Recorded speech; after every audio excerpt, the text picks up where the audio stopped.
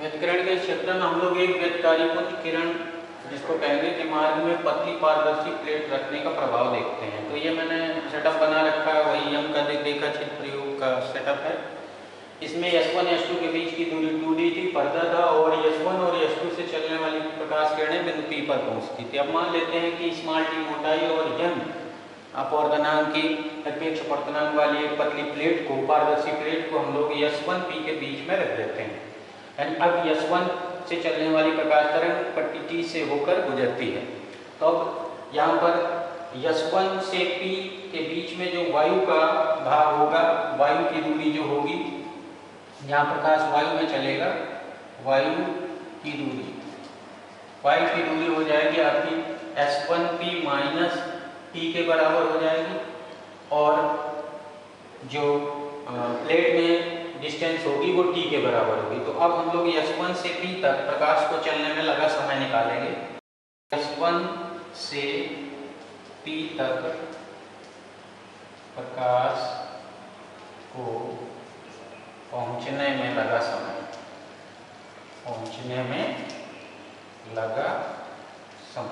तो लगा समय निकालेंगे तो आ जाएगा दूरी बटे चाल के, तो आ जाएगा S1P माइनस T बटे C। यहाँ प्रकाश वायु में प्रकाश की चाल से चलता है, और इसके मान लेते हैं कि प्लेट के अंदर प्रकाश की चाल v है, क्योंकि किसी माध्यम में, पारदर्शी माध्यम में प्रकाश की चाल बदल जाती है, तो मान लेते हैं v है, तो प्लस हो जाएगा यहाँ पर T बटे v। अब हम लोगों को मालूम है कि v बराबर होता है C बटे n, जहाँ पर n पारदर्शी माध्यम का निरपेक्ष अपवर्तनांक है। तो यहाँ पर जो कुल समय आ जाएगा वो आ जाएगा आपका S1P माइनस T बटे C plus n into T upon C। तो इसको अगर हम ऐसे लिखें S1P और प्लस T कॉमन ले लें तो n माइनस 1 इंटू T आ जाएगा बटे C आ जाएगा। तो इस तरह से हमारा जो S1P तक पहुँचने का जो समय है वो आ जाएगा S1P plus n minus 1 into T upon C। अब हम लोग देखते हैं कि प्रकाश द्वारा S1 से P तक चली गई प्रभावी दूरी देखेंगे, वायु में चली गई प्रभावी दूरी, वायु में प्रभावी दूरी, तो दूरी बराबर होता है चाल गुना समय, तो चाल हो गया प्रकाश का C, और समय यह आ जाएगा आपका S1P plus n minus 1 into T और बटे पूरे के C कट जाएगा, तो ये आ जाएगा S1P plus n minus 1 into T। तो ये हो जाएगा। अब इस प्रकार स्पष्ट है कि जब इस पारदर्शी प्लेट को यहाँ रख देते हैं तो जो S1P का जो लंबाई S1 से P तक की वो n माइनस 1 इंटू T के बराबर बढ़ जाती है, अर्थात पथांतर n माइनस 1 इंटू T के बराबर घट जाएगा। तो अब बिंदु P पर S1 और S2 से पहुंचने वाली दोनों तरंगों के बीच जो पथांतर आएगा वह हो जाएगा S2P minus S1P minus n minus 1 into T हो जाएगा। अब हम S2P माइनस S1P को एक ब्रैकेट में कर लेंगे माइनस, और यहाँ पर n माइनस 1 इंटू T एक ब्रैकेट में रहेगा। तो अब जो पथांतर आ जाएगा, और हम लोगों ने S2P माइनस S1P को पढ़ा था, वो आया था 2D upon capital D into YM, जहाँ पर YM केंद्रीय दीप फ्रिंज O से यमुई फ्रिंज की दूरी है, तो यह आ जाता है। तो इसकी जगह पर हम ये सेट कर देते हैं, तो अब पथांतर आ जाएगा आपका, इसकी जगह minus n minus 1 into T ये बना रहेगा। तो इस तरह से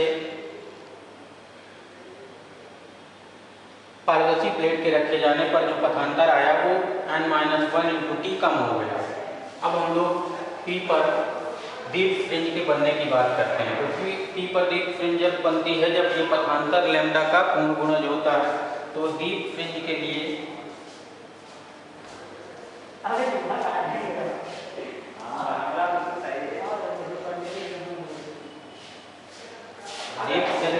जो पथांतर होगा यानी 2D upon capital D YM minus n minus 1 into T बराबर हो जाएगा m लैम्डा, जहाँ पर m बराबर 0 1 2 3 डॉट डॉट कह सकते हैं। तो यहाँ पर हम लोग यहाँ से जो दीप फ्रिंज की स्थिति है YM को निकाल लेते हैं। तो वाई एम बराबर हो जाएगा, ये उधर हो जाएगा, तो M lambda plus N minus 1 into T, और ये कैपिटल डी यहाँ आ जाएगा और 2d नीचे आ जाएगा। तो ये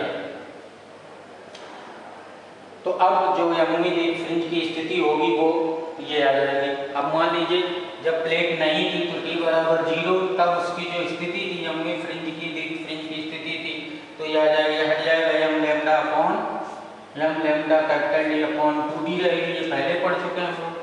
तो इस तरह से जब प्लेट नहीं थी तो ये डिस्टेंस थी, प्लेट रख जाने पर वो जो उसकी स्थिति है वो n माइनस 1 इंटू टी बढ़ गई थी। तो आप दोनों को घटा के हम लोग जो द्वीप फ्रिंज का जो विस्थापन हुआ उसको ज्ञात कर लेते हैं। तो द्वीप फ्रिंज का विस्थापन अगर हम लोग वाई नॉट से लिखें तो वाई नॉट बराबर हो जाएगा Y M minus Y M dash, Y M minus Y M dash, ऐसे लिखेंगे। इसमें वाई एम में हम डैश घटा देंगे, इसको घटा देंगे, तो ये आ जाएगा आपका, घटाते हैं,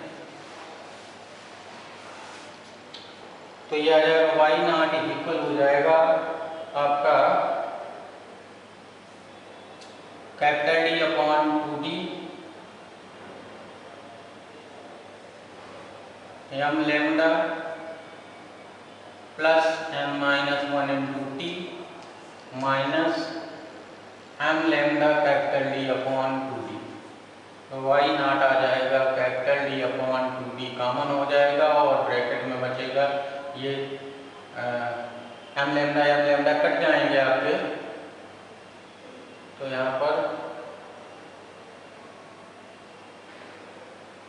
ये बच जाएगा n माइनस 1 इंटू टी। तो ये आ जाता है पारदर्शी प्लेट के रखे जाने पर जो फ्रिंज का द्वीप फ्रिंज का विस्थापन, और यहाँ पर यम नहीं है, अर्थात द्वीप फ्रिंज और अद्वीप फ्रिंज समान रूप से विस्थापित होंगी। तो पूरा पैटर्न जो फ्रिंज पैटर्न है, फ्रिंज का जो प्रारूप था वो पूरा का पूरा d/2d n माइनस 1t पर विस्थापित हो जाता है।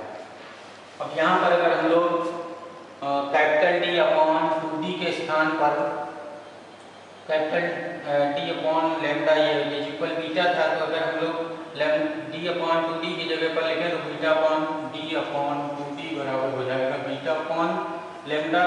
तो वाई नॉट जो विस्थापन होगा उसको हम लोग लिख सकते हैं, वाई नॉट बराबर हो जाएगा beta upon lambda n minus 1 into T. तो इस फार्मूले के द्वारा हम लोग t की गणना कर सकते हैं। t बराबर आ जाएगा आपका lambda Y nought upon beta n minus 1।